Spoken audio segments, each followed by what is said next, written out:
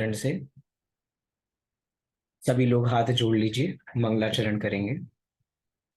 नमो अरिहंताणं,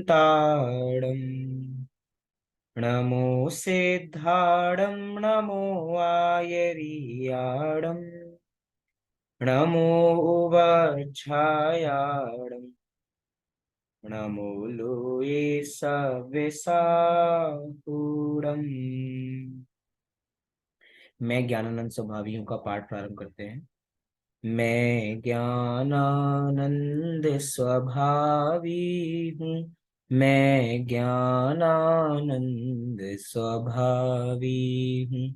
मैं हूँ अपने में स्वयं पूर्ण, पर की मुझ में कुछ गंध नहीं। मैं अरस अरूपी अस्पर्शी, पर से कुछ भी संबंध नहीं। मैं रंग राग से भिन्न, भेद से भी मैं भिन्न निराला हूँ। मैं हूँ अखंड चैतन्य पिंड, निज रस में रमने वाला हूँ। मैं ही मेरा करता धरता, मुझ में पर का कुछ काम नहीं। मैं मुझ में रहने वाला हूँ, पर में मेरा विश्राम नहीं। मैं शुद्ध बुद्ध अविरुद्ध एक, पर परिणति से अप्रभावी हूँ। आत्मानुभूति से प्राप्त तत्व, मैं ज्ञानानंद स्वभावी हूँ। मैं ज्ञानानंद स्वभावी हूँ, मैं ज्ञानानंद स्वभावी हूँ। इस प्रकार हमने यहाँ पर मैं ज्ञानानंद स्वभावी हूँ का पाठ पूर्ण किया। अभी जो हमारी कक्षा विगत दिनों से चल रही थी, उसमें हमने एक बहुत सुंदर कर्णन योग का पाठ, अपने परिणामों को संभालने के लिए बहुत सुंदर एक पाठ है जिसका नाम है गुणस्थान। अर्थात जहाँ पे अपने परिणामों को देखा जाता है कि परिणामों के हिसाब से अपनी अवस्था देखी जाती है, और जब हमें अपनी अवस्था का भान होता है तो हमें आगे बढ़ने की प्रेरणा बराबर मिलती है। परिणामों की सारी बात है, परिणामों का ही सारा खेल है। जैन दर्शन में परिणाम का ही फल लगता है। इसीलिए हमें अपने हर समय के परिणाम की संभाल करनी चाहिए कि परिणाम से ही सब कुछ है। अर्थात बाहर में क्रिया से कोई मतलब नहीं है। जैन दर्शन कभी भी क्रिया के ऊपर फोकस्ड नहीं है। जैन दर्शन क्रिया का निषेध नहीं करता, लेकिन क्रिया कांड का निषेध करता है। हमारी जो क्रिया भी होती है, उस क्रिया के अंदर भी परिणाम को फोकस किया जाता है। अर्थात अगर हमारा परिणाम अच्छा है, हमारे भाव अच्छे हैं, तो उसके हिसाब से सारा कार्य बराबर सदता है। तो इसीलिए हम यहाँ पे गुणस्थान की बराबर बात कर रहे हैं। गुणस्थान क्या है, तो हमने पहले दिन की कक्षा में देखा था कि मोह और योग के निमित्त से श्रद्धा और चारित्र गुणों की जो तारतम्य रूप अवस्था होती है, उसे एक गुणस्थान कहा जाता है। संख्या में गुणस्थान तो देखा जाए तो अनंत भी हो सकते हैं, असंख्यात भी हो सकते हैं, लेकिन अगर हम जाति अपेक्षा देखें तो इसके 14 भेद बराबर बनते हैं, जिनमें से हमने 10 गुणस्थानों का स्वरूप अब तक की कक्षा में बराबर पूर्ण किया है। अब हमारे मात्र 4 गुणस्थान शेष है, और गुणस्थानातीत अर्थात सिद्ध अवस्था विषय शेष है। मैंने कल कक्षा के अंत में कहा था कि आज हम सभी को मुक्ति बराबर मिलने वाली है, तो सभी लोग अपने घर बाहर के सारे काम छोड़ के बराबर बैठे हैं। अब इसके बाद हम संसार में आने नहीं वाले, क्योंकि कल की कक्षा में हमने श्रेणी चढ़ी थी। और श्रेणी भी कौन सी चढ़ी थी? उपशम श्रेणी चढ़ी थी या शपथ श्रेणी चढ़ी थी? अगर उपशम श्रेणी चढ़ी होगी तो निश्चित रूप से नीचे गिरेंगे। हमने तो शपथ श्रेणी चढ़ी है, इसीलिए अब शपथ श्रेणी चढ़ी है तो 10वें गुणस्थान से अब हम सीधा 12वें गुणस्थान में कदम रखेंगे। 12वें से 13वें, 13वें से 14वें, और उसके बाद सिद्ध अवस्था। लेकिन विषय क्रम के अंदर सारा विषय देखेंगे। 11वें गुणस्थान से हमें अपनी चर्चा यहाँ पे प्रारंभ करनी है। आइए इस विषय को हम यहाँ से प्रारंभ करते हैं। 11वां गुणस्थान क्या है? 11वां गुणस्थान 11वां गुणस्थान का नाम है उपशांत मुहुः गुणस्थान। अभी तक जो हम विषय देखकर आए हैं एक बार जल्दी से रिवाइज कर लेते हैं। हमने देखा था कि 7वें गुणस्थान का जो नाम है वो है क्या, अप्रमत्त संयत गुणस्थान। उस अप्रमत्त संयत गुणस्थान में दो अपेक्षाओं से बात की थी, एक थी स्वस्थान और एक था सातिशय। जो सातिशय रूप अवस्था होती है, अर्थात अब यहां से श्रेणी मांडेंगे, अर्थात श्रेणी चढ़ेंगे। श्रेणी चढ़ेंगे मतलब क्या, कि श्रेणी चढ़ना माने जहां चारित्र मोहिनी कर्म का या तो उपशम होगा या क्षय होगा। और श्रेणी के सब में देखा जाए तो दो तरीके की श्रेणी है, एक है उपशम श्रेणी और एक है शपक श्रेणी। और दोनों श्रेणियों के चार चार गुणस्थान बराबर बनते हैं। उपशम श्रेणी के भी चार गुणस्थान बनेंगे, 8वां, 9वां, 10वां और 11वां। और जो हमारी शपक श्रेणी है उसके भी चार गुणस्थान बनेंगे, 8वां, 9वां, 10वां और सीधा 12वां गुणस्थान। नाम से समझ में आ रहा है, उपशम जहां पे कर्मों का उपशम किया अर्थात कर्मों को दबाया है। और जो हमारा 12वां गुणस्थान मतलब कि जहां पे शपक श्रेणी जिसने आरोहण की है, शपक माने जहां पे कर्मों का क्षय बराबर किया है। तो चार चार गुणस्थान बराबर बनते हैं। 10वें गुणस्थान का तक विषय हम बराबर देख चुके हैं। 10वें गुणस्थान का नाम क्या था, 10वें गुणस्थान का नाम था, कौन बताएगा 10वें गुणस्थान का नाम, सूक्ष्म, संप्राय। सूक्ष्म सांपराय सूक्ष्म गुणस्थान। संप्राय। जी, बहुत सुंदर, सूक्ष्म सांपराय गुणस्थान, जहां पे सूक्ष्म कषाई की बात बराबर की जाती है। और वो सूक्ष्म कषाई भी कौन सी बची है, मात्र सूक्ष्म लोभ बचा है। अब वो भी खत्म हो जाएगा तो अब क्या, अब तो वीतरागी बराबर हो जाएंगे। कैसे वीतरागी होंगे, तो आइए अब इस विषय को यहां से नया विषय डिस्कस करते हैं। किसी का कोई भी प्रश्न हो तो वे भी बराबर पूछ सकते हैं। 11वां गुणस्थान जिसका नाम है उपशांत मुहुः गुणस्थान। नाम से समझ में आ रहा है कि जहां पर मोह कैसा हो चुका है, मोह उपशांत हो चुका है, अर्थात मोह उपशमित हो चुका है। क्या करें, वास्तव में 11वें गुणस्थान की भूमिका ही ऐसी है।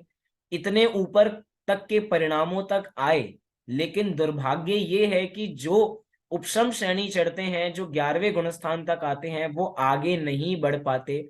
इसके भी कुछ कारण है। या तो उस गुणस्थान का काल ही पूरा हो जाता है, क्यों, क्योंकि इस 11वें गुणस्थान का काल कितना, अंतर्मुहूर्त का काल है। या तो गुणस्थान पूरा हो जाएगा तो नीचे ऑटोमेटिक नीचे गिर जाएंगे, या हो सकता है कि उनकी आयु ही पूरी हो जाए। दो ही कारण हो सकते हैं इस 11वें गुणस्थान से गिरने के, या तो आयु पूर्ण हो जाएगी, या क्या होगा, या गुणस्थान का काल ही पूरा हो जाएगा। तो 11वें गुणस्थान से आगे बढ़ा नहीं जाता। लेकिन कल भी हमने एक बात कही थी, कोई भी मुनिराज के हाथ में ये नहीं होता कि मैं उपशम श्रेणी चढ़ूंगा या शपक श्रेणी चढ़ूंगा। अगर हाथ में होता तो कोई भी मुनिराज उपशम श्रेणी चढ़ते ही नहीं, ऐसी अवस्था में आते ही नहीं। कल भी हमने कहा था कि जो हो रहा है वो कर्म में हो रहा है, कर्म की करनी कर्म में है, मेरे में नहीं है। हम सोच समझ के कुछ करते नहीं है, जीव अपने में लीन है।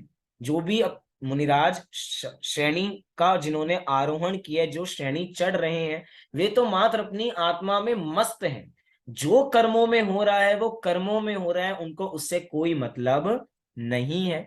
आइए इस गुणस्थान का थोड़ा परिचय प्राप्त करते हैं। देखो क्या लिखा, उपश्रम श्रेणी का यह अंतिम गुणस्थान है, जिसका नाम उपशांत मुहुः अथवा पूरा नाम उपशांत कषाय वीत राग छदमस्त है।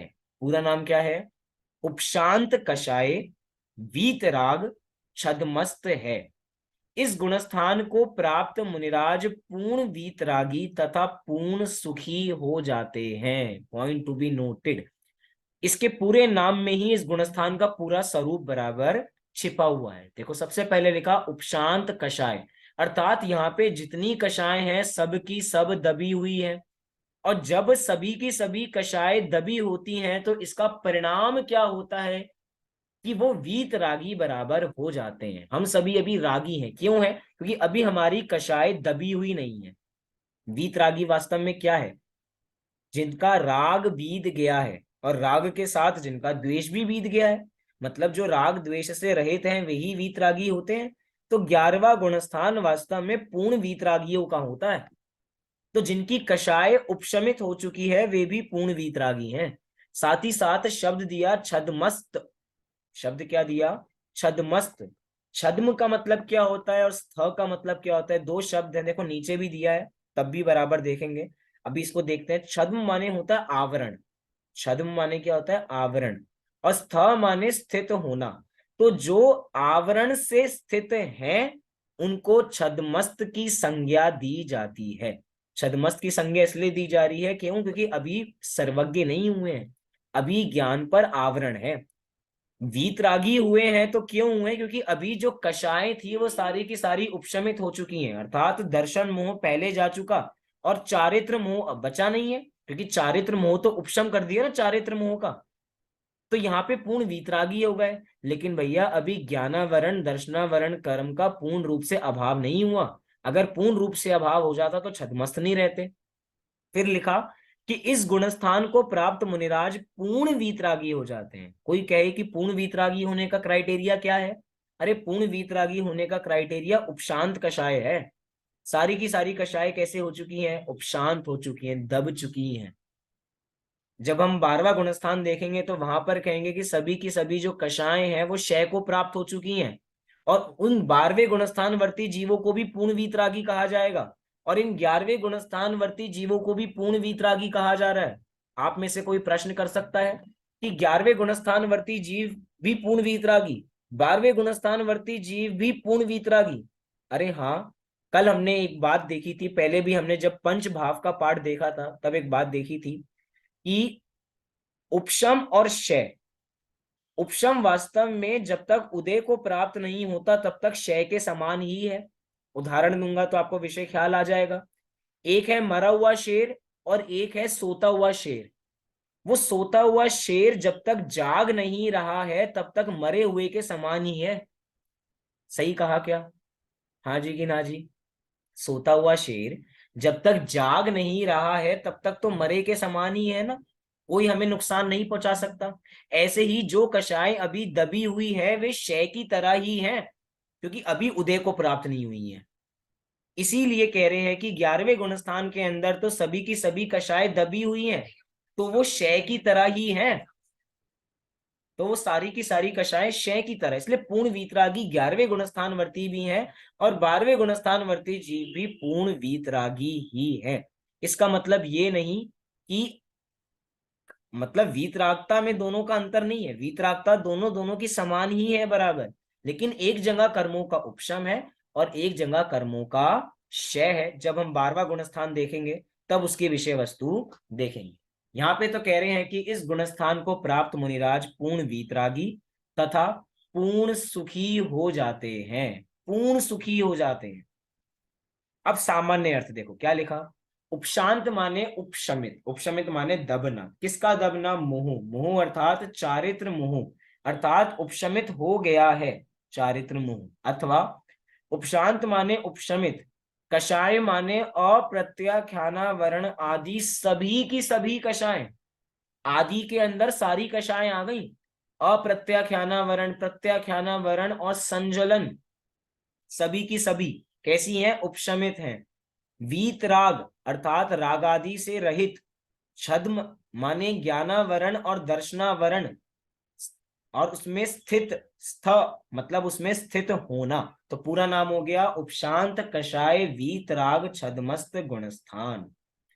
देखिए अगला देखते हैं, इसका ही स्वरूप यहाँ पे बता रहे हैं।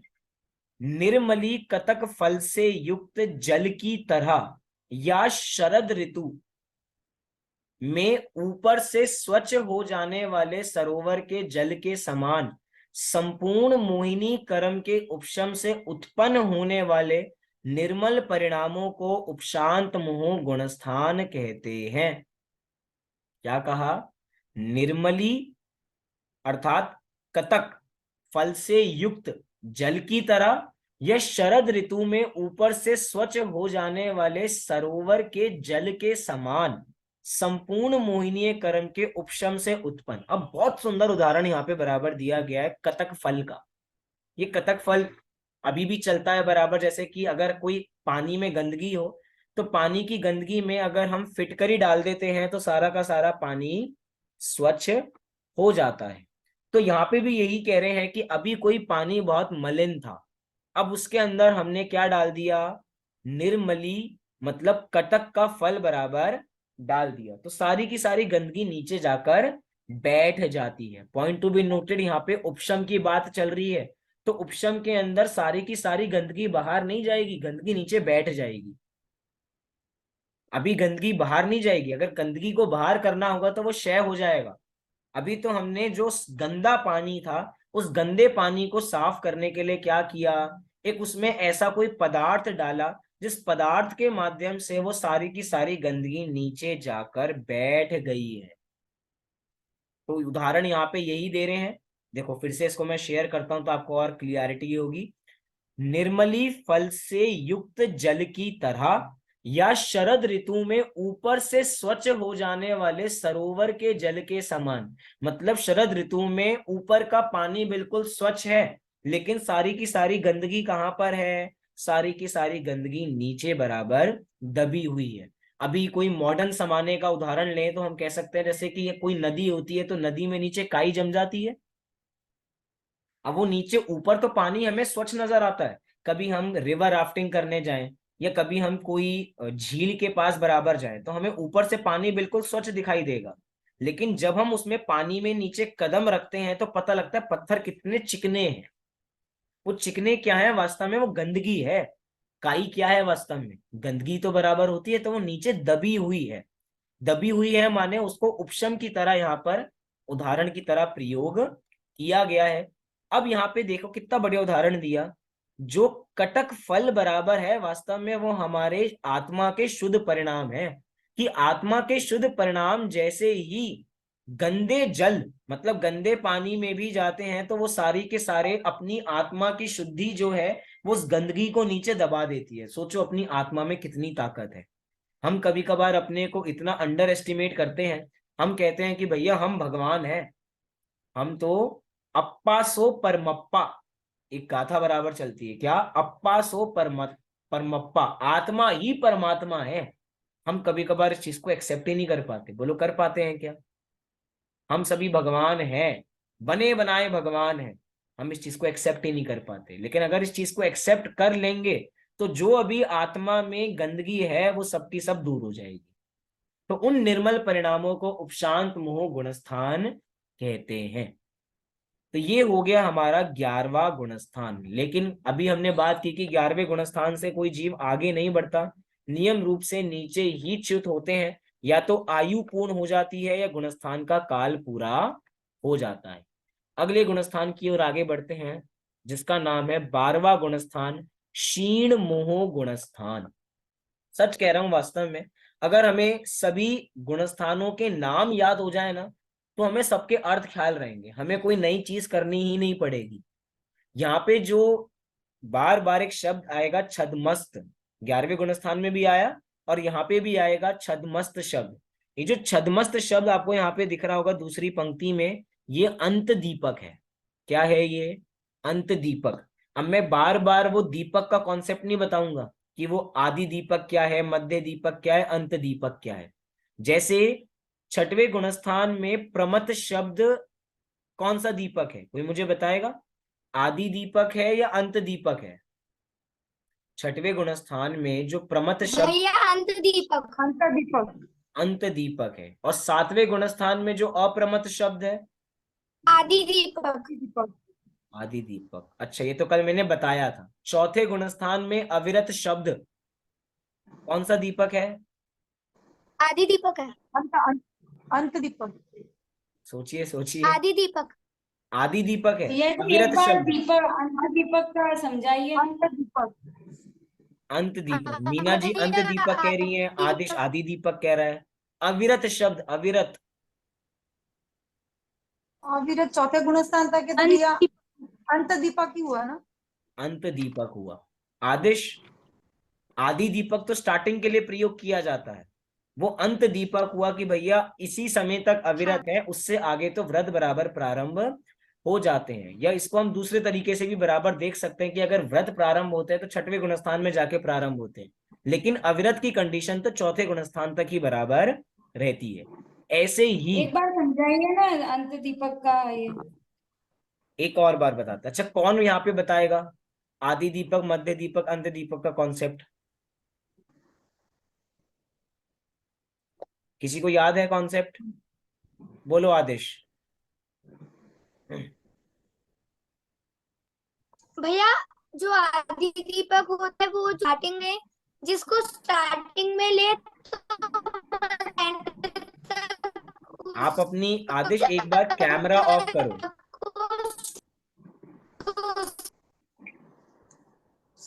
आदेश का थोड़ा कनेक्शन लूज हो रहा है। और कौन बताएगा? ये तो सबको पता होना चाहिए, सबके हैंड रेज होने चाहिए। प्रश्न चिन्ह मेरे पे लग गया कि मैंने आपको सही से नहीं पढ़ाया। आदि दीपक, मध्य दीपक, अंत दीपक बहुत सरल है, देखो। आदि आदि अंत, मीना जी आप बताओगे? आदि दीपक यानी भैया जो शुरुआत में लगता है, जैसे वो नहीं, ऐसे मेरे को समझाना नहीं आ रहा है, वैसे पता है पर। चलिए एक बार मैं बताता हूं तो सबको क्लियर होगा। आदि दीपक उदाहरण में ही है। दीपक, जैसे अगर किसी दीपक को कमरे की शुरुआत में रखा जाए तो उसका उजाला स्टार्टिंग में भी रहता है, बीच में भी रहता है, अंत में भी रहता है, मतलब प्रकाश हर दिशा में फैलेगा। ऐसे ही होता है मध्य दीपक।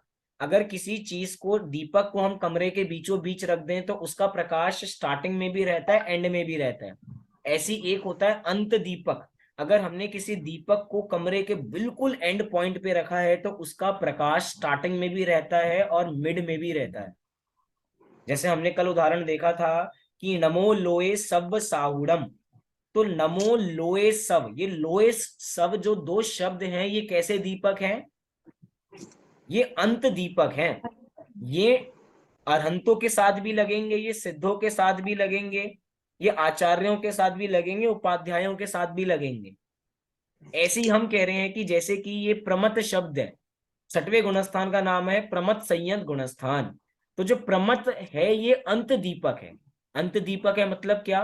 कि पहले गुणस्थान से लेकर छठवें गुणस्थान तक सभी के सभी गुणस्थान प्रमाद से युक्त होते हैं। फिर सातवें गुणस्थान में शब्द दे दिया अप्रमथ विरत, मतलब कि सातवें गुणस्थान में जो अप्रमथ शब्द है वो आदि दीपक है। मतलब यहां से लेकर आगे तक के सभी गुणस्थान कैसे हैं?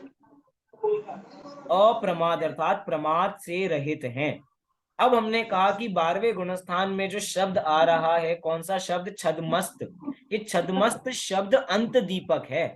मतलब क्या कि पहले गुणस्थान से लेकर 12वें गुणस्थान तक सभी के सभी गुणस्थान छदमस्त अवस्था से युक्त होते हैं।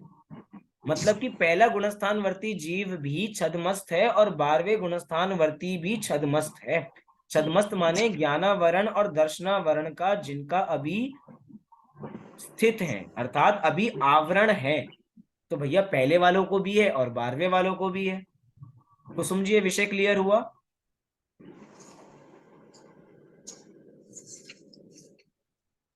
हाँ भाई। चलिए। मैं बोल रही थी, आप बोल रहे हैं कि जो आदि दीपक है तो वो स्टार्टिंग में दिया रखते तो भी एंड तक मतलब पूरे रूम में उजाला देता है, हम्म। और जो अंत दीपक है वो भी पूरे रूम में, तो फिर उसमें डिफरेंस क्या हुआ है?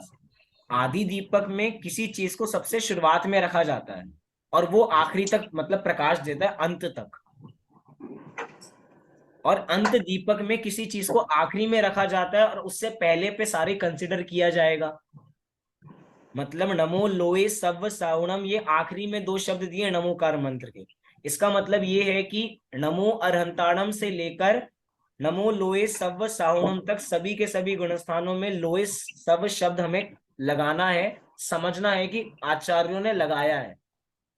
ये शब्द बचाने की टेक्निक होती है। तो फिर ये चौथा गुणस्थान अंत दीपक कैसे हुआ था? चौथा गुणस्थान अंत दीपक नहीं हुआ। चौथे गुणस्थान में जो शब्द है अविरत,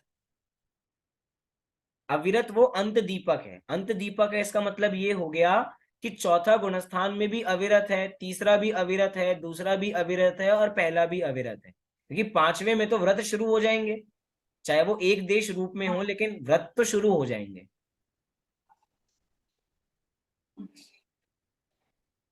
कितने लोगों को विषय क्लियर हो रहा है?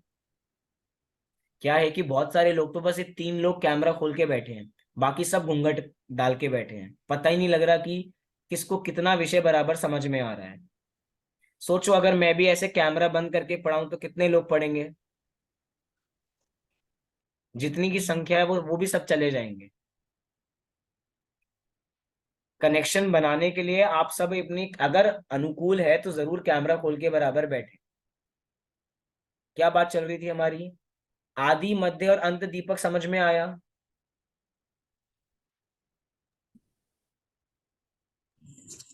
आया? हाँ भैया। चलिए अब इस विषय हाँ को जी। आगे थोड़ा बढ़ाते हैं 12वें गुणस्थान की ओर जो हम पढ़ रहे हैं। क्या लिखा गुणस्थान के परिचय में कि शपक श्रेणी का अंतिम गुणस्थान क्षीण मुहु है, जिसे क्षीण कषाय अथवा क्षीण कषाय वीतराग छदमस्त नाम से भी कहा गया है। यह गुणस्थान अप्रतिपाती है। अप्रतिपाती, जो इसे प्राप्त करता है वह नियम से उसी भव से सिद्ध अवस्था को प्राप्त करता है। अप्रतिपाती मतलब, प्रतिपाती मतलब होता है गिरना, और अप्रतिपाती मतलब नहीं गिरना। जिसने भी इस 12वें गुणस्थान को प्राप्त कर लिया भैया, यह तो गुणस्थान अप्रतिपाती है, मतलब अब यहां से नीचे गिरने नहीं वाला। इसका मतलब ये हुआ कि 11वां गुणस्थान प्रतिपाती का गुणस्थान है, मतलब यहाँ पे तो निश्चित रूप से गिरेगा ही गिरेगा।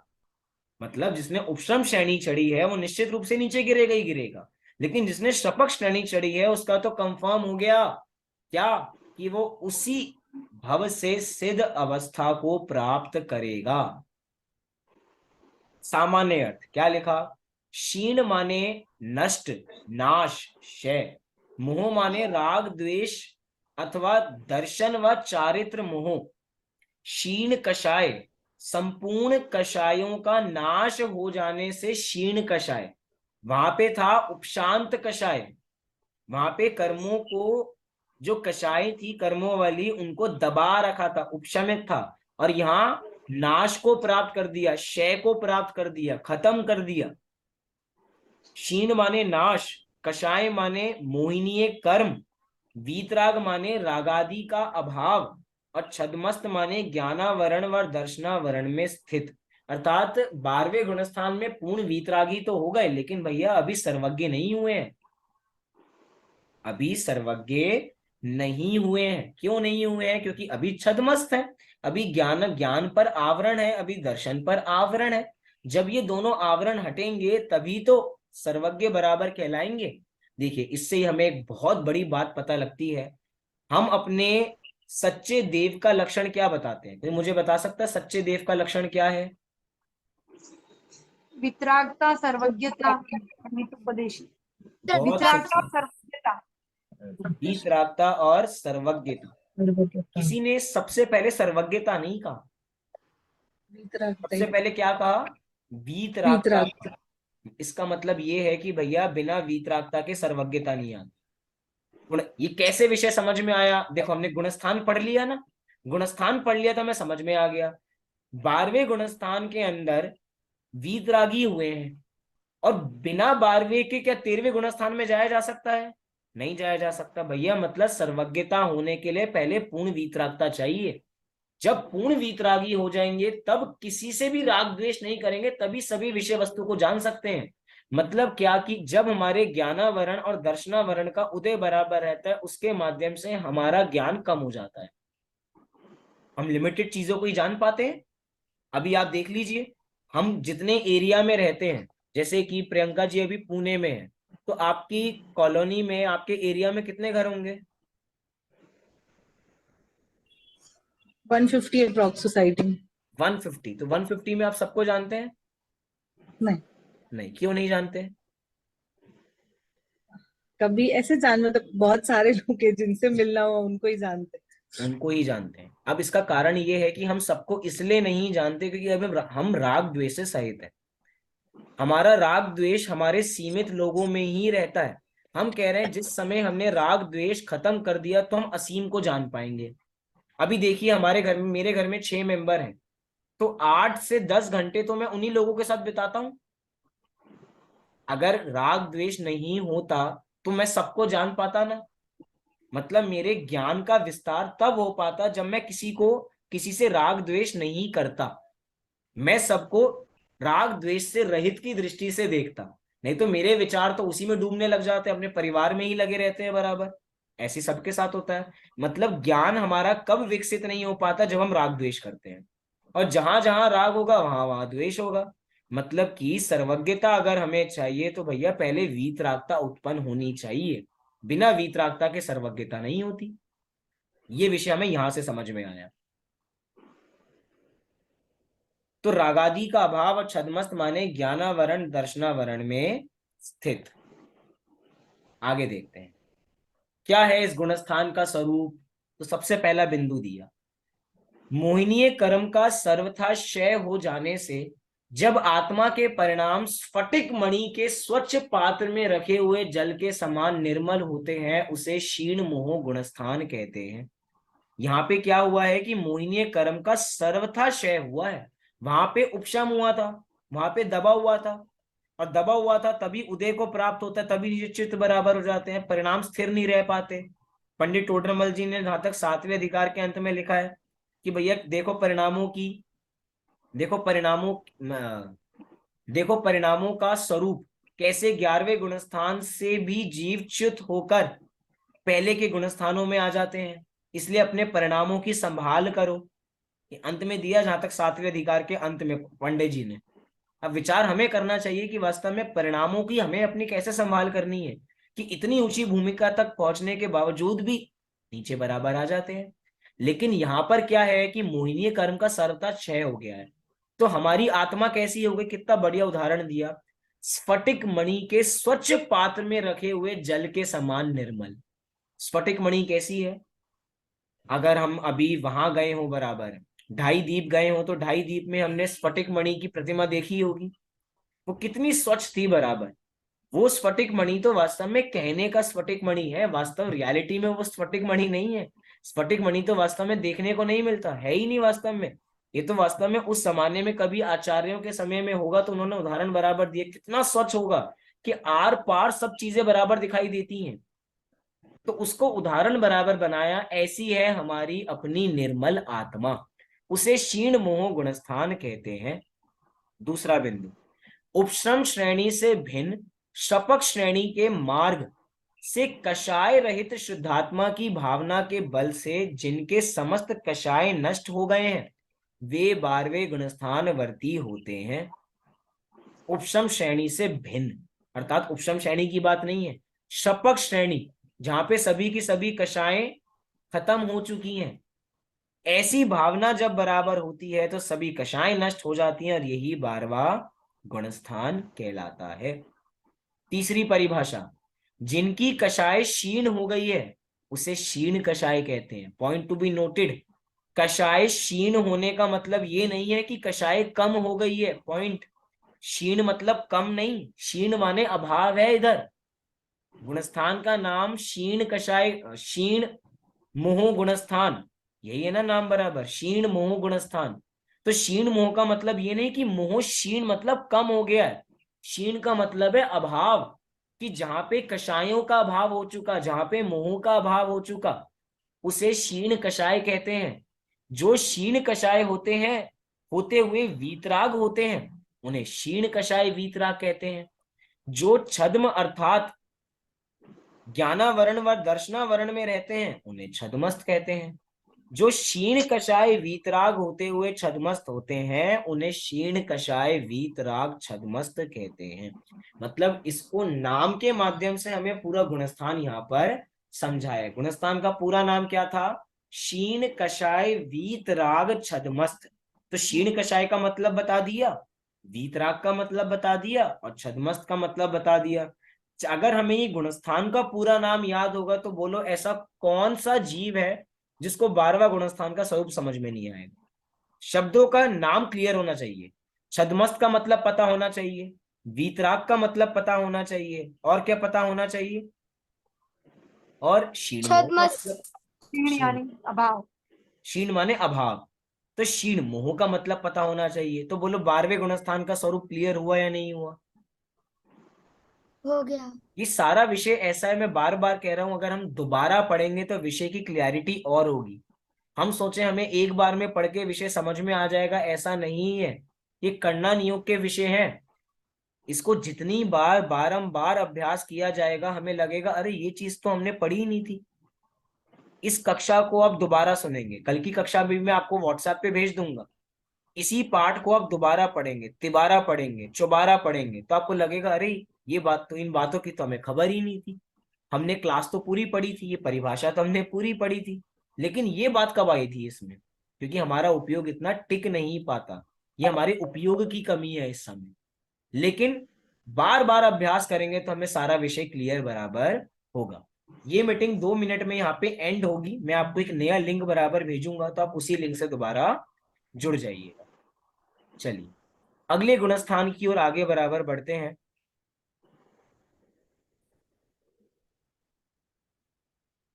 अगला है 13वां गुणस्थान। देखो धीरे धीरे हम सारे गुणस्थान पार करते जा रहे हैं। आनंद आ रहा है नहीं आ रहा? 13वें गुणस्थान तक पहुंच गए। अरे आ रहा केवली है। बन गए, केवली। अभी तक तो हमने कुछ कक्षाओं पहले मिथ्यात्व से प्रारंभ किया था, और मिथ्यात्व तो कब छूट गया? चौथे गुणस्थान में आए, पुरुषार्थ करते करते करते श्रेणी भी चढ़े, श्रेणी में भी शपथ श्रेणी चढ़े, शपथ श्रेणी चढ़ते चढ़ते 12वां गुणस्थान भी पार कर लिया, और अब हम यहाँ पर 13वें गुणस्थान में आ चुके हैं, अर्थात केवली बन चुके हैं, अर्थात अरहंत बन चुके हैं।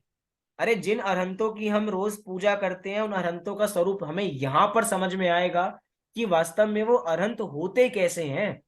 देखिए संयोग केवली नाम से समझ में आएगा। संयोग केवली अर्थात केवली तो है, लेकिन कैसे केवली है?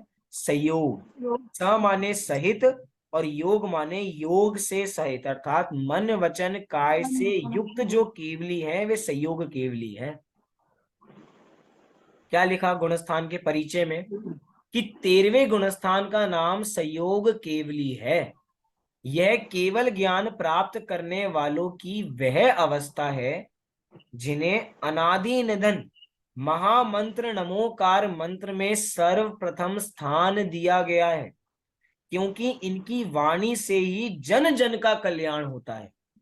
इस अवस्था को प्राप्त करने वाले तीनों लोकों में पूज्य तथा तीनों लोकों के 100 इंद्रों से वंदनीय हो जाते हैं। इन्हें संयोग केवली जिन भी कहा जाता है।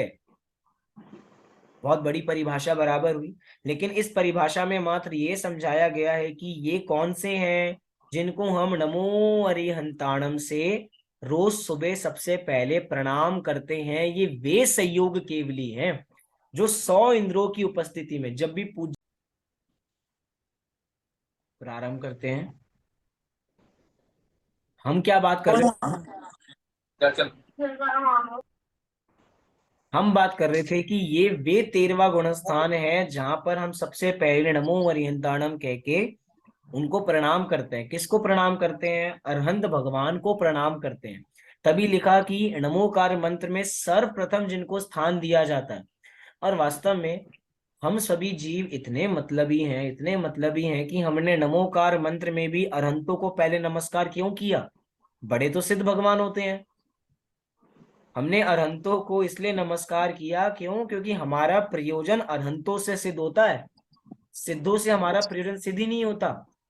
क्योंकि अरहंतों के माध्यम से ही हमें दिव्य ध्वनि सुनने का लाभ बराबर मिलता है, वे ही हमें मुक्ति का मार्ग बराबर बताते हैं।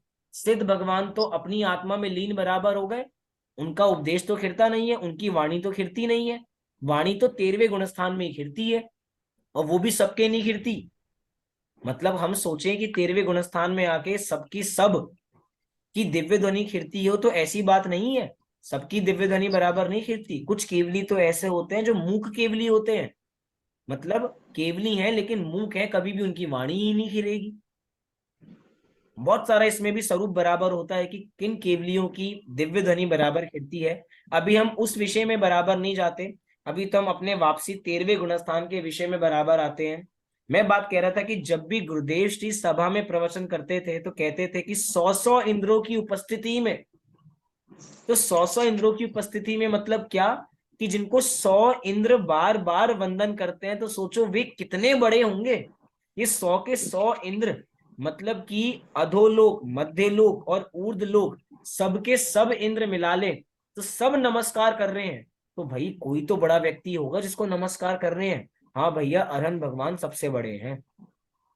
तीनों लोकों के 100 इंद्र से वंदनीय जो हो जाते हैं, इन्हें संयोग केवली जिन भी कहा जाता है। जिन क्यों कहा जाता है? जिन्होंने अपनी, जिन कौन होते हैं ये मुझे बताएगा? जिन, जिनेन्द्र जिनेन्द्र जिनेन्द्र भगवान, जिनने और इंद्रियों को जीत लिया। जिन्होंने इंद्रियों को जीत लिया है वो जितेंद्रिय हो जाते हैं। और जो जितेंद्रिय हो जाते हैं वही जिन होते हैं। और जो जिनको मानता है वही जैन होता है। तो बोलो हम हाँ सभी जैन है या नहीं है? हाँ, हम सभी है। जैन, क्योंकि हम है। जिनेन्द्र देव को मानते हैं। और वे जिनेन्द्र देव कैसे हैं? जिन्होंने अपने इंद्रियों को जीत लिया। सामान्य अर्थ देखिए क्या लिखा है यहाँ पर। संयोग माने योग सहित, केवली माने केवल ज्ञान से युक्त, और जिन माने जिन्होंने घातिया कर्मों से जो रहित हो चुके हैं। कर्म दो प्रकार के होते हैं, घातिया कर्म और अघातिया अघातिय। कर्म। अगातिया। घातिया कर्म किसे कहते हैं? कौन जो बताएगा? अपने आत्मा गुणों का घात भैया करता है। जो बोलो बोलो जो कौन? भैया जिनकी वजह से मतलब कि जो मतलब वो कर्म जो रहे तो भी हमारे बताओ बताओ, भैया सही जिनकी बता रही वजह हो। से स्वभाव का घात होता है। जिनकी वजह से स्वभाव का घात होता है। बहुत सुंदर। कि जिन जिन की वजह से, जिन कर्मों की वजह से हमारे स्वभाव का घात होता है, इसको ही शास्त्रीय शब्दों में कहा जाता है कि जो हमारे अनुजीवी गुणों का घात करें उसे घातिया कर्म कहते हैं, और जो हमारे प्रतिजीवी गुणों का घात करें उसे अघातिया कर्म कहते हैं। तो यहाँ पे जिन क्यों है? क्योंकि जिन्होंने घातिया कर्मों से जो रहित हो चुके हैं वे क्या होते हैं? वे संयोग केवली बराबर कहलाते हैं। इसका क्या स्वरूप और लक्षण है? तो लिखा, जो योग के साथ रहते हैं उन्हें संयोग कहते हैं। मतलब जिनके मन वचन काय है उन्हें संयोग केवली कहते हैं। जो संयोग, एक सेकंड, जो संयोग होते हुए केवली हैं उन्हें संयोग केवली कहते हैं। दूसरा बिंदु, जिसमें इंद्रिय, आलोक, मन आदि की अपेक्षा नहीं है उसे केवल या असहाय कहते हैं। ऐसा केवल या असहाय ज्ञान जिनके है उन्हें केवली कहते हैं। ये जितना विषय लिया ना असहाय, जब कभी हम आप कभी प्रवचन सार जी का स्वाध्याय करेंगे तो प्रवचन सार जी में आचार्य कुंद कुंद देव ने हमारे अरहंतों को, अरहंतों के ज्ञान के लिए शब्दों का प्रयोग किया, असहाय ज्ञान। असहाय ज्ञान माने क्या? ऐसा ज्ञान जिसको किसकी सहायता नहीं होती है, ये बिना किसी की सहायता के जानता है। और जो किसी बिना किसी की सहायता के जानता है भैया वो केवल ज्ञान है वास्तव में, क्योंकि उसको किसी की सहायता लेनी नहीं पड़ती। अभी हमें किसी विषय वस्तु को जानना पड़ता है तो भैया कितनी वस्तुओं का सहारा लेना पड़ता है? सबसे बड़ी अधीनता तो इंद्रियों की है, इंद्रियों का सहारा लेना पड़ता है। और भैया हम चश्मे वाले लोगों को तो और दिक्कत है, पहले इंद्रियों की सहायता लेनी पड़ती है और इंद्रियों के बाद भी ऊपर से चश्मे की सहायता लेनी पड़ती है। उसके बाद भी विषय वस्तु क्लियर नहीं दिखाई दे तो भैया क्या क्या सहारा लेना पड़ता है। दूसरों से पूछना पड़ता है कि चश्मा होने के बावजूद भी कभी कभी चीजें धुंधली नजर आती हैं। कितना हमारा ज्ञान पराधीन है, मतलब सहायक ज्ञान कितना है। लेकिन अब जो ज्ञान इनको प्राप्त हो चुका है 13वें गुणस्थान में वो असहाय है, अर्थात अब किसी की सहायता नहीं है, बिना किसी की सहायता के असहाय ज्ञान। कभी कभार लगता है ये असहाय, जिनकी कोई सहायता नहीं करता। अरे उनको सहायता की आवश्यकता नहीं है, सहायता की आवश्यकता तो हमें पड़ती है। सारे की आवश्यकता किसको अच्छी लगती है? किसी को सहायता की आवश्यकता नहीं लगती। मतलब जो लोग छड़ी लेके चलते हैं उनको छड़ी लेके चलना अच्छा लगता है क्या? छड़ी लेना तो पराधीनता है। जो अपने हाथ खोल के आराम से चलते हैं भैया वो स्वाधीनता है, छड़ी लेके चलना तो पराधीनता है। जो लोग मतलब शुरू से ब्लाइंड होते हैं तो उनको एक स्टिक का सहारा लेना पड़ता है, उनको रोड क्रॉस करने के लिए भी किसी का आवश्यकता बराबर पड़ती है, क्योंकि कोई ना कोई मदद करता है। जो बराबर सुन नहीं पाते, जो बराबर देख नहीं पाते, कितनी पराधीनता है। हमें तो वास्तव में इतना अच्छा लगता है कि हम सबकी इंद्रियां सारी स्वस्थ हैं, पांचों की पांच इंद्रियां बढ़िया काम करती हैं, हमें किसी की आवश्यकता नहीं है। कभी कभार कहते हैं भैया अंत समय में भी हमारी पांचों इंद्रियां अच्छी तरह काम करती रहें, हमें मंदिर जाने के लिए किसी की आवश्यकता ना पड़े। अगर मंदिर जाने के लिए अगर किसी की आवश्यकता पड़े, पहली बात तो हम सभी का घर मंदिर के पास ही होता है, क्योंकि भैया जैनियों का जीना मरना किससे है? मंदिर से है। मंदिर नहीं जाएंगे तो कैसे काम चलेगा? लेकिन उसमें भी अगर किसी की सहायता लेनी पड़े तो भैया वो पराधीनता लगती है। हम कहें भैया हम अंत समय तक भी स्वस्थ रहें कि अपने पैरों से खुद मंदिर जा पाए, हमें किसी की आवश्यकता ना लेनी पड़े। कई बार लोग घर शिफ्ट कर लेते हैं तो कहते हैं भैया थोड़ा 1 किलोमीटर दूर मंदिर है। तो बताओ जिसका घर 1 किलोमीटर दूर मंदिर से होगा वे रोज मंदिर जा पाएंगे? कहने को एक नहीं जा किलोमीटर पाएंगे। है, 1 किलोमीटर में अब एक हफ्ते में एक बार, वो भी आलस आएगा, कौन जाए? पैदल तो जा ही नहीं पाएंगे, कौन चले 1 किलोमीटर भी? कोई ना कोई व्हीकल का सहारा लेना पड़ेगा, गाड़ी लेनी पड़ेगी। अब सारी चीजें हमें विचार करनी चाहिए, लेकिन हम तो यहाँ पे असहाय कह रहे हैं, बिना किसी की सहायता के।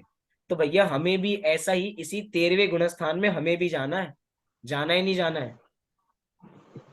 अरे आज तो पहुंच ही गए ना 13वें गुणस्थान में, तो पहुंच गए, हम भी असहाय बराबर हो गए। तो यहाँ पे कह रहे हैं ऐसा केवल या असहाय ज्ञान जिनके है उन्हें केवली कहते हैं, और ऐसा केवली स्वरूप तो हमारा भी भीतर से है।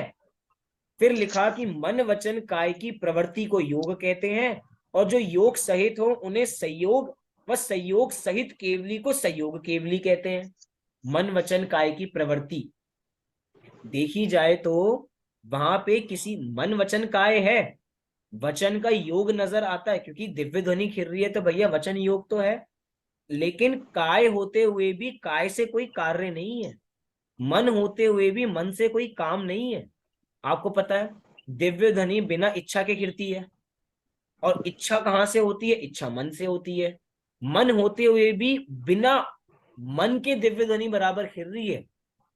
रथकंठ शावकाचार्य में प्रश्न पूछा गया आचार्य संबंध भद्रदेव से कि दिव्य ध्वनि कैसे खिलती है, तो उन्होंने कहा भैया भवि भागन वच जोगे वशाय, तुम धुनी है सुनी विभ्रम नशाए। तो छेड़ाला का छंद भी है बराबर, रथकंठ शावकाचार्य में भी ये शब्दों का उच्चारण बराबर किया। भवि भागन कि भव्य जीवों के भाग्य से दिव्य ध्वनि खिलती है, भगवान बोलना नहीं चाहते हैं, उनकी ये इच्छा नहीं है कि वे लोगों को सुनाए। भैया हम लोगों का ये इतना भाग्य का उदय है कि जो लोग समो शरण में बैठते हैं, कि सब लोगों का ऐसा भाग्य उदय कि हमारे निमित्त से दिव्य ध्वनि बराबर खिलती है, उनको बोलने का भी राग बराबर नहीं है। Point to be noted. 11वें 12वें में वीतरागी हो गए हैं, वीतरागी हो गए हैं मतलब राग की उत्पत्ति नहीं होगी। हमें कुछ सुनाने का भाव आता है तो क्यों आता है? क्योंकि हमें राग है। मैं जितने शब्द बोल रहा हूं क्यों बोल रहा हूं? मुझे आप सभी लोगों से राग है या नहीं है? बोलने का राग है या नहीं है? हम हर काम राग से कर रहे हैं। मैं एक एक शब्द बोल रहा हूं तो राग सहित बोल रहा हूं, लेकिन भैया दिव्य ध्वनि खिलती है तो राग रहित, मतलब इच्छा के बिना खिलती है, उनकी इच्छा नहीं है। वो तो हम लोगों का भाग्य उदय है कि दिव्य ध्वनि बराबर खिलती है, हम लोगों के भाग्य उदय से। तो जहां पे मन वचन काय की प्रवृत्ति को योग कहते हैं और योग सहित अवस्था को संयोग केवली अवस्था कहते हैं। तो 13वां गुणस्थान समझ में आया? चलिए 13वां गुणस्थान, मैं तो धीरे भैया धीरे। जी बोलो। भैया मेरा ये प्रश्न था कि इसमें सहयोग केवली लिखा है तो योग तो हमारे भी है, तो जो सहयोग शब्द है वो अंत दीपक है। बहुत सुंदर शब्द है, देखो पकड़ा ना। अब यहाँ पे जो संयोग शब्द है वो संयोग अंत दीपक है, कि यहीं तक योग पाया जाएगा, आगे योग ही नहीं है। देखा जाए तो 14वें गुणस्थान में भी शरीर तो है, लेकिन कोई काम नहीं है उसका, क्योंकि 14वें गुणस्थान का काल कितना है?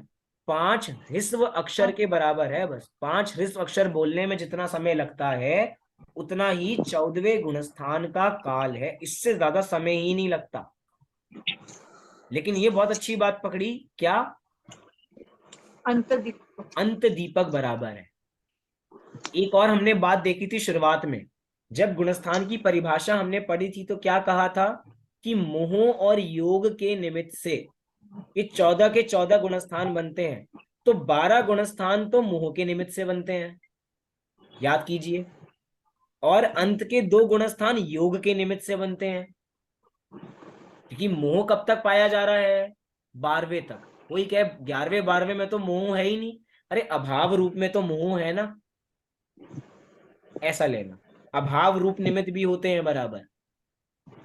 और 13वें और 14वें में वो योग के निमित्त से बराबर बनते हैं। बहुत फिर सुंदर। अभाव रूप मतलब?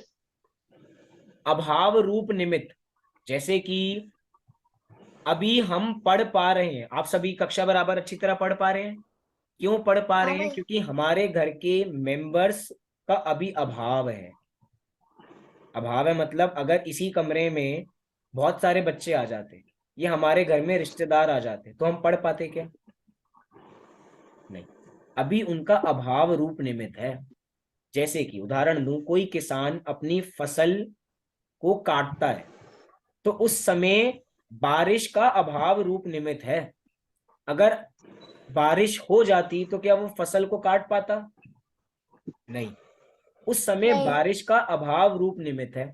हम लोग स्वाध्याय अभी इस समय कर पा रहे हैं, अगर घर में शोर हल्ला हो रहा होता तो वो सद्भाव रूप निमित्त होता, तो पढ़ नहीं पाते, अभी अभाव रूप निमित्त है।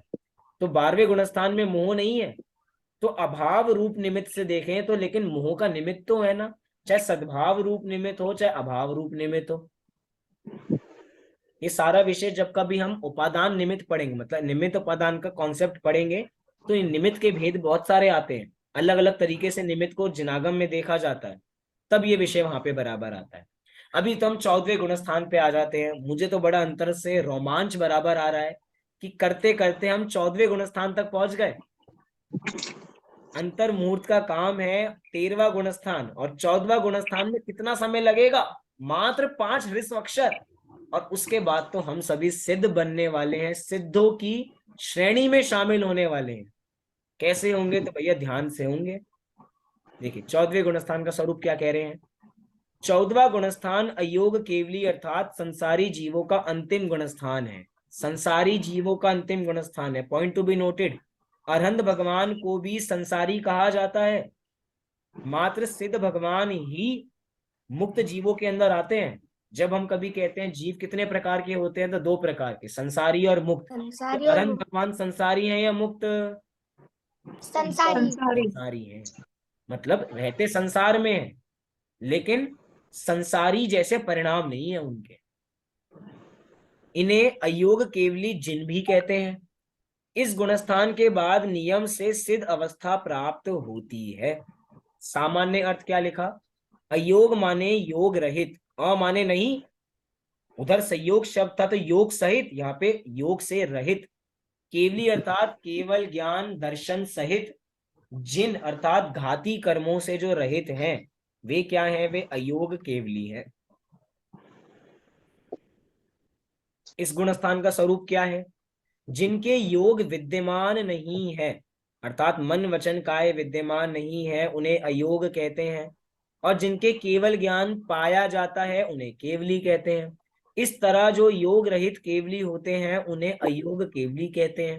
ये बहुत सरल है, जो अभी हम पढ़कर आए हैं वही विषय को यहाँ पे पैराग्राफ या पंक्तियों में बराबर समझाया है।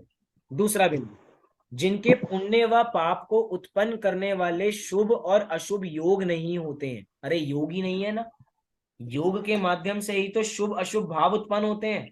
अब यहाँ पे योगी नहीं है तो किसी प्रकार के भाव ही उत्पन्न नहीं होते हैं, इसीलिए वे अयोगी जिन कहलाते हैं, योग नहीं है। 13वां बिंदु, जो 18,000 शीलों के स्वामी हैं। इसका मतलब क्या हुआ कि शील के कितने भेद होते हैं? 18,000 भेद होते हैं शील के। हमारे मुनिराज अपने स्वरूप की रक्षा करते हैं, अपने भूमिका की रक्षा करते हैं, तो भैया वहां पे शील के 9 बाड़ लगाए जाते हैं। उन शील के 9 बाड़ों का खुलासा किया जाए तो वो 18,000 भेद बराबर हो जाते हैं। मतलब सर्व आश्रवों से रहित है, योग रहित व केवल ज्ञान सहित हैं, वे अयोगी परमात्मा हैं। कैसे हैं? अयोगी परमात्मा है। मतलब क्या, जब हमने आत्मा परमात्मा का पाठ देखा था तो वहां पे परमात्मा देखे थे। परमात्मा दो प्रकार के होते हैं, सकल परमात्मा और निकल परमात्मा। तो ये सकल परमात्मा है। 13वां गुणस्थान और 14वां गुणस्थान सकल परमात्माओं का है। चलिए, तो 14वां गुणस्थान भी हुआ। अच्छा ये बताइए, 14 गुणस्थानों में हम किसी गुणस्थान में रहना चाहते हैं क्या? नहीं। नहीं। हम तो भैया गुणस्थानों से पार होना चाहते हैं। तो बोलो आज गुणस्थान से पार करा दें। होना है सभी को हाँ गुणस्थान से पार। हाँ भैया। अब सीधा छक्का लगने वाला है। ऐसा शॉट लगेगा कि हम सभी सिद्ध बराबर बनने वाले हैं। ये भजन गाते हैं ना, सिद्धों की श्रेणी में, मतलब ध्यान से जाते हैं। क्या भजन है वो बराबर?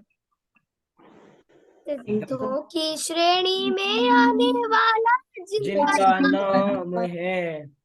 बहुत जग सुंदर। के सब मुनिराजों मुनिराजों को मेरा नम्र मेरा प्रणाम नम्र है। तो प्रणाम। मेरा उनको प्रणाम है, किनको? कि जो सिद्धों की मुनि श्रेणी में आने वाले हैं। तो भैया हम भी अब सिद्धों की श्रेणी में आ चुके हैं। अभी तो मुनिराजों को इधर प्रणाम किया है, क्योंकि वो मुनिराज भी सिद्ध समान है। और हम भी मुनिराज बनेंगे, और मुनिराज के साथ साथ हम भी सिद्धों की श्रेणी में शामिल हो जाएंगे। अभी अभी अष्टानी का पर्व बराबर गए हैं। अष्टानी का पर्व में किसकी आराधना की जाती है? सिद्धों की आराधना की जाती है। तो हम भी अब सिद्धों के चक्र में शामिल होने वाले हैं। तो बोलो अनंतानंत सिद्ध भगवंतों की जय हो। जय हो। हो। देख, अब हम गुणस्थानातीत अवस्था में पहुंच चुके हैं, अर्थात सिद्ध भगवान। क्या लिखा? यह अवस्था 14 गुणस्थानों को पार करके प्राप्त होती है। यह अवस्था जीव की वास्तव में तो प्रथम, किंतु गुणस्थान की अपेक्षा अंतिम सर्व प्रमुख अवस्था है। मतलब वास्तव में तो प्रथम अवस्था है, गुणस्थानों से पार होके तो पहली अवस्था ही है ना। किंतु गुणस्थान की अपेक्षा देखा जाए तो भैया इसका नंबर सबसे आखिरी में आता है। लेकिन अंत में आने के बावजूद भी सबसे प्रमुख क्या है? सबसे प्रमुख यही अवस्था है। इससे कृत्य कृत्य अवस्था कह सकते हैं। कृत्य कृत्य अवस्था क्या होती है? कृत कृत्य अर्थात करने योग्य कार्य जिन्होंने सब करके देख लिए, जिनको पता लग गया कि भैया कुछ करने लायक संसार में है ही नहीं। सिद्ध भगवान सिद्ध कैसे बने? उनको पता लग गया करने लायक कुछ नहीं है भैया, अब तो हाथ पे हाथ रख के बैठ जाओ। अब वो हमें भी यही कह रहे हैं कि हाथ पे हाथ रख के बैठ जाओ। लेकिन जैसे ही हम हाथ पे हाथ रख के बैठते हमें लगता है हमें कुछ करना है, हमें कुछ करना है। भैया कुछ नहीं करना, करने लायक इस संसार में कुछ काम ही नहीं है।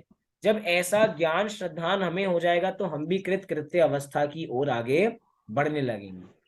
क्योंकि इसके बाद अब कुछ भी करना शेष नहीं रहा। अब कुछ काम ही नहीं बचा करने लायक, मात्र ज्ञान और ध्यान बचा है। जो जीव एक बार इस अवस्था को प्राप्त कर लेता है वह सादी अनंत काल के लिए उसी अवस्था रूप रहकर अनंत सुख का वेदन करता रहता है। इन जीवों का संसार में पुनः आगमन या अवतार नहीं होता। लिखा यहाँ पर, यह अवस्था कैसी है? सादी अनंत। सादी क्यों लिखा? सादी मतलब स प्लस आदि। इसकी स्टार्टिंग तो होती है लेकिन इसका अंत नहीं होता। सिद्ध अवस्था का प्रारंभ तो होगा, लेकिन क्या इसका अंत होगा? क्या नहीं भैया। जो एक बार नहीं। सिद्ध बन गए वो तो हमेशा सिद्ध ही बने रहेंगे।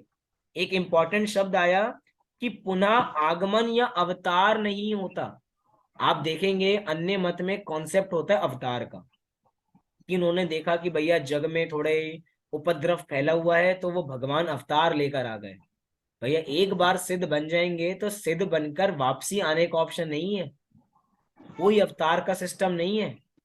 हम कभी कभार भजन गाते हैं कि वर्तमान को वर्धमान की आवश्यकता है, कि वर्तमान में वर्धमान की आवश्यकता है। जितनी आवश्यकता उस समय में वर्धमान की नहीं थी उससे ज्यादा आवश्यकता इस समय में है। तो बोलो क्या भगवान महावीर आ जाएंगे कि हमारे बुलाने पर? नहीं। नहीं। जो वो तो सिद्ध बन गए, अब वो आने वाले नहीं है। अरे वो अपना सुख छोड़ के हमारे पास क्यों आए? वे तो अपनी आत्मा का आनंद बराबर लेंगे, और वे अपनी आत्मा का आनंद लें और हम अपनी आत्मा का आनंद लें। अंतिम स्लाइड है, उसके बाद अब अंतिम स्लाइड, उसके बाद अपना विषय बराबर पूर्ण होगा। देखिए, सिद्धों का लक्षण क्या कह रहे हैं? जो 8 प्रकार के कर्मों से रहित, अबाध्य सुख रूपी अमृत का अनुभव करने वाले, भाव कर्म रूपी दोषों से रहित, नित्य सम्यक्त्व आदि 8 गुण संपन्न, कृत कृत्य व लोकाग्र निवासी होते हैं, वे सिद्ध भगवान हैं। कुछ बातें यहाँ पे बताई। जब 8 कर्मों का अभाव होता है तो सम्यक्त्व आदि 8 गुणों से संपन्न हो जाते हैं। 8 कर्म जाएंगे तो 8 गुण प्रकट हो जाएंगे। एक शब्द दिया, अव्याबाद सुख रूपी। अब तक सुख हमारा था अनंत सुख, अब अनंत सुख के आगे एक विशेषण लग गया, अव्याबाद सुख, अर्थात बिना बाधा का कोई सुख। अब कोई बाधा ही नहीं है किसी प्रकार की।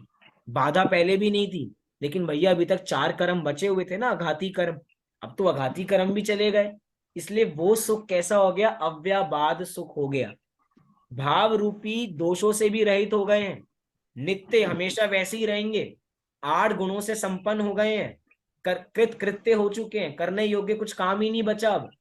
और लोकाग्र निवासी हो गए, अर्थात लोक के अग्र भाग में जाकर स्थित हो गए हैं, वे ही सिद्ध भगवान बराबर कहलाते हैं। इस प्रकार हमने पहले गुणस्थान से प्रारंभ किया था, और अब हम पहले गुणस्थान को छोड़ के सिद्ध स्वरूपी बराबर बन चुके हैं, सिद्ध स्वरूपी हैं। और अब सिद्ध स्वरूपी का स्वरूप भी हमने यहाँ पर समझ लिया। अंत में अंतिम स्लाइड, जय जिनेंद्र, कि जितना सारा हमें पाठ बताया गया है, इसमें सबसे बड़ा कार्य आदरणीय प्रवीण जी भाई साहब बांसवाड़ा वालों ने बराबर किया है, जो कि बांसवाड़ा में विद्यालय बराबर चलाते हैं। उनके कन्नानियों के विशेषज्ञ हैं। वे जब भी कोई पाठ मतलब शिविरों में कक्षा लेते हैं तो एक कक्षा उनकी फिक्स रहती है कि उनको गुणस्थान की कक्षा बराबर लेनी है। उन्हीं के माध्यम से पीपीटी बराबर बनाई गई है शॉर्ट में। तो हमने भी अभी बहुत ट्रेलर में 14 गुणस्थानों का स्वरूप देखा है। हम शॉर्ट में सिद्ध बन गए हैं, लेकिन अभी हमें बाहर में सिद्ध बनना है। तो जब हम अपनी आत्मा को पहचानेंगे तो हम भी सिद्ध स्वरूपी बन जाएंगे। तो इसके माध्यम से हमने 14 गुणस्थानों का स्वरूप यहाँ पे पूर्ण किया। अब हमारा मात्र एक पाठ बचा है, जिसका नाम है भावना 32, अर्थात हमारे 32 छंद है। उन 32 छंदों को कोशिश करेंगे कि हम एक ही क्लास में पूर्ण करें, क्योंकि हम उसका स्वरूप पढ़ते जाएंगे। जो कोई डिफिकल्ट शब्द उसके अंदर आएगा, मात्र उसका अर्थ हम बराबर देखेंगे। अगर एक कक्षा में पूर्ण होगा तो एक कक्षा में, नहीं तो 2 कक्षा लेके हम इस विषय को पूर्ण बराबर करेंगे, और उसके बाद हमारा पूरा कोर्स पूरा हो जाएगा। जहां तक आप लोगों की परीक्षा 20 मार्च के बाद बराबर होगी।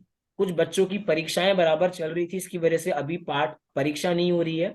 20 मार्च के बाद आप सभी की परीक्षा होगी, तो आप सभी भी इन सभी विषयों की तैयारी करना शुरू कर दीजिए। अभी आपका कोई प्रश्न हो इस गुणस्थान से संबंधित तो आप मेरे से अभी बराबर पूछ सकते। भैया 14वें गुणस्थान में अयोग शब्द कौन सा दीपक है? अयोग अब एक तरीके से आदि दीपक है। अंत दीपक। आदि दीपक, अंत दीपक नहीं हो सकता। पर 14वें गुणस्थान के बाद तो कोई गुणस्थान ही नहीं है, तो वो किसको प्रकाशित करे? तो गुणस्थान तक ही वो विषय लिया जाएगा ना। फिर गुणस्थानातीत तो अलग कैटेगरी हो गई।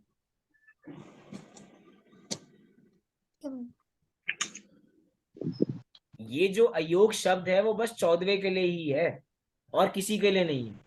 एक तरीके से ना, इसमें किसी प्रकार का दीपक ना भी लगाएं तो भी चलेगा। ये तो बस इसी 14वें गुणस्थान के लिए है। और आगे भी देखें तो आगे भी योग नहीं है, सिद्ध भगवान के भी योग नहीं है, तो आदि दीपक भी कह सकते हैं।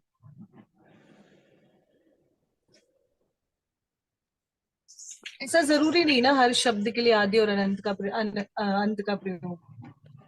जरूरी नहीं है, लेकिन जब हम डिटेल में सारा विषय देखेंगे तो अभी बहुत सारे शब्द ऐसे हैं जिनका भी हमने अर्थ देखा नहीं है। आपको नहीं पता लगा होगा कि क्या क्या रह गया है, लेकिन मेरे दिमाग में सारी चीजें हैं कि अभी क्या क्या चीजें बची हैं इसके अंदर भी। इसमें भी बहुत सारे आदि मध्य दीपक अंत बताए जा सकते हैं, लेकिन अभी सारे विषय की खुलासा भी नहीं किया। ठीक है भैया। चलिए, बहुत बहुत धन्यवाद कि आप आज के दिन भी बराबर जुड़े। हमारे दिन तो 2 ही थे, लेकिन हम फ्राइडे के दिन भी जुड़े। हमारा ये पाठ बराबर यहाँ पे पूर्ण हुआ। पूर्ण हो। अभी के लिए सभी को सादर जय जिनेंद्र। अगली मुलाकात हमारी वेडनेसडे बराबर यथा समय बराबर वो होगी। जो वो सर के वो जो वीडियो वो भी आप भेजना ना, वो यूट्यूब वाला जो बीच में 2 क्लास उन्होंने ली थी वो। उसकी रिकॉर्डिंग हो नहीं पाई क्योंकि ये पेड आईडी नहीं थी, तो मैं ले नहीं पाया। मैं भी लैपटॉप पे करता हूँ तो लैपटॉप पे रिकॉर्ड हो जाती है, मोबाइल पे रिकॉर्डिंग का फीचर नहीं वो है। आधी अधूरी सुनी, वो पूरी सुनी नहीं है एक्चुअली। मैं वो पहले तो समझ में ही नहीं आया कि ये सर क्यों करा रहे हैं क्लासेस करके। उसकी रिकॉर्डिंग नहीं हो पाई। अगर कोई भी विषय आपको उससे संबंधित पूछना हो तो आप मेरे से बाद में कभी बराबर पूछ लें। ओके, धन्यवाद। अभी के लिए सभी को सादर जय जिनेंद्र। जय जिनेंद्र। जय जय जय जिनेंद्र। भैया। जय जिनेंद्र।